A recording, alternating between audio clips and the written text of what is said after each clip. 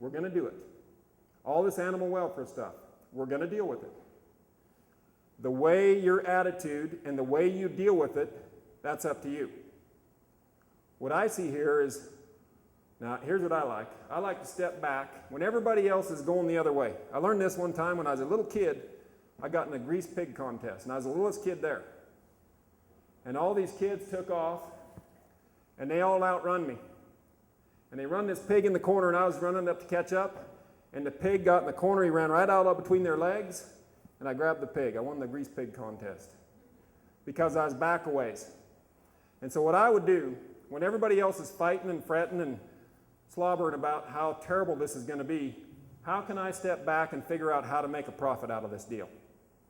What can I do to help myself make a profit out of what's going to happen here?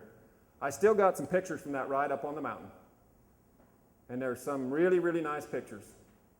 And I was smiling because of this fella here that told me I was going anyway.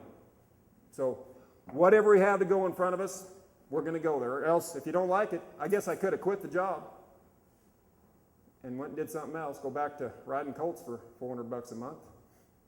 So that's the choice you guys have. And I think, as always, people are going to prosper in the coming years. And some people that can't change and can't make the big switch, they're going to fail. And the people that fail are probably going to blame somebody else. And the ones that prosper, those people that fail, they'll say they got lucky. So whatever camp you want to be in. So anyway, that's pretty harsh there. I just came from some auction markets in California. And they have, most of the auction markets that I went to in California, in the central part of California, they all were dairy auctions. Sold thousands of dairy cattle. And they had called and requested that somebody come. The reason is Animal Angels. Have you heard of that organization? Animal Angels is an organization from the eastern part of the U.S., and I think they are in Canada, aren't they, Animal Angels? What they do is they plant somebody on the staff. They get somebody hired undercover, and they'll have them work for 30 days back here as one of the guys. But they have secret cameras, hidden cameras. They're a little bit, and they get all kinds of evidence, and then they use it against you. But the thing about Animal Angels that I do like is they'll say, okay, here's the evidence. Here's what we got. Here's what we want you to do to fix it. If you'll comply and fix it and work with us, we're not going public. But if you can't change and fix it the way we want, you're in trouble. And so these folks were pretty ticked off. They were pretty ticked off that but they had nothing else to do. So they changed. And when I looked at the stuff, it was really stupid stuff. And several of them, there's a couple of them that wouldn't admit it to me. But several of them admitted we were wrong. We were wrong, we got lax, and these people fixed us. We hope they never come back again, but they fixed us. So be real careful. You got to be very, very careful about who you hire, and what you're doing back there, or out here, or wherever. Because it's coming toward you. And you've got to see it coming. And we got to start doing things. We got to start saying no.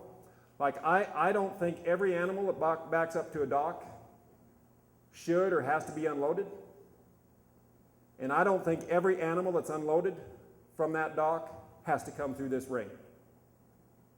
For some reason we think they do.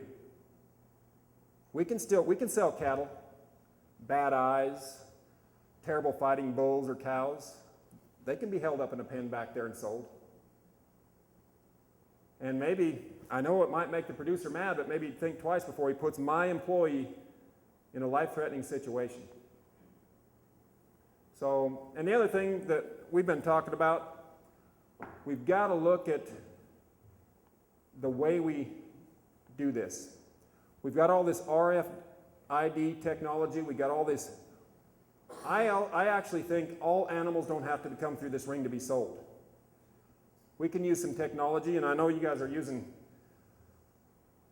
some technology here, not technology, you're just bringing a lot of cattle through different owners. We don't do that in the States. And sheep sales, at a sheep sale in Middle South Dakota where I used to live, they commingle everything when they come off they weigh them and they sell them all together. Everybody's lambs, and they sort them just like you are here. But nobody else is doing that. And I don't really know why, but I think we should start using some technology like handheld video cameras that don't have to have wires. So we could have a big screen up here and you could be out back showing a pen of cattle. I guess the biggest problem I see is I don't know, I'm not a tech guy. I can't even hardly make my cell phone work. But I know there are people that can do those things. And I think we can use those. I know your biggest expense must be employees. And I know the cattle numbers are dropping. And I'm not so sure that's going to turn around for quite some time. And the reason I think that is because demographics. I just read a book on demographics. And in the US and Canada, the baby boomer generation, that's most of our farmers and ranchers. And they're looking to retire. And their kids are spoiled rotten and they don't want to work that hard as their mom and dad did. Maybe they're not spoiled rotten, maybe they're smart.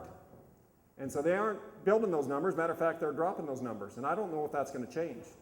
So we've got to figure out ways to run this facility with less employees coming out. Or we've got to use some of these things, these tagging issues, these branding issues, all these things. Maybe we've got to start providing more services at the auction market. Hardly anybody has enough facility anymore. If they got 30, 40 cows, they don't have enough facility to get all the things that we're asking them to do. So those could be profit opportunities or better ways to use your employees. So I think maybe something we got to do is maybe sit back and think a little bit. We're all so busy that we miss a lot of opportunity. I'm really lucky. When I get done here, Adele, I'm going to climb on an airplane. I'm going to fly to Reno, Nevada tomorrow. And I'm going to have quite a bit of time to sit and think. And I'll be able to sit and think about what happened here today, what I'm going to do tomorrow. But if I'm home, I never do that. And I know you guys, as soon as you get one project done, you'll go right to another one. And you got 3 cell phones going, and you're talking to these people, and it's just crazy the way we're living. And we don't have time to think and contemplate on how to fix our problems or make more money. So we're always putting out fires. And I think by being too busy sometimes, too hard of working, that's where the Australians, they have a big advantage. Australians, they say lace up boots and light beer, those are time wasters. That's the way the Australians live. We need to, and if you've ever worked around many Australians, they're gonna take a break at about the middle of the day. And they're gonna shade up and maybe take a nap, and then they're gonna think a little bit. And I think we need to do the same thing. We are so busy trying to make money that we're losing a lot of money, or we're causing ourselves a lot of problems with this busy lifestyle we have. So anyway, enough of the college lecture. Any questions or comments? Yes, sir. Can I go meet you in Reno? Yes, sir. Come on, please. And I'll tell you what we're doing in Reno. In the NCBA, we have this deal called the Stockmanship and Stewardship Program. And I do these type of programs, and we go to cattlemen's associations, state conventions, things like that. Adele had me do a deal up in Saskatoon here a couple times where we do cattle handling demonstrations for producers. And I've been saying, okay, that's great. Our producers, we need to talk about these things, but what we really need to know is we got to get to the consumer. And we got to let the consumer know that we are treating our animals right. 97% of all consumers of beef are happy to consume it and buy it as long as they know it's humanely raised. That's a scientific study. As long as they know it's humanely raised. So what we're trying to do I'm going to the Nevada State Fair. I went to the California State Fair a couple weeks ago. And we're doing a demonstration on Cattlemen's Day. And we're doing a demonstration where the public comes and watches. And I was really amazed at the first ones we did, how people are interested in their cattle handling. They flocked the stands. And they were just, it was nothing. I mean, we just put some cattle in a pen and we loaded some in a trailer and worked them through a chute. No big deal. And I had lines of people wanting to talk about it after we're done. So the consumer, they are interested.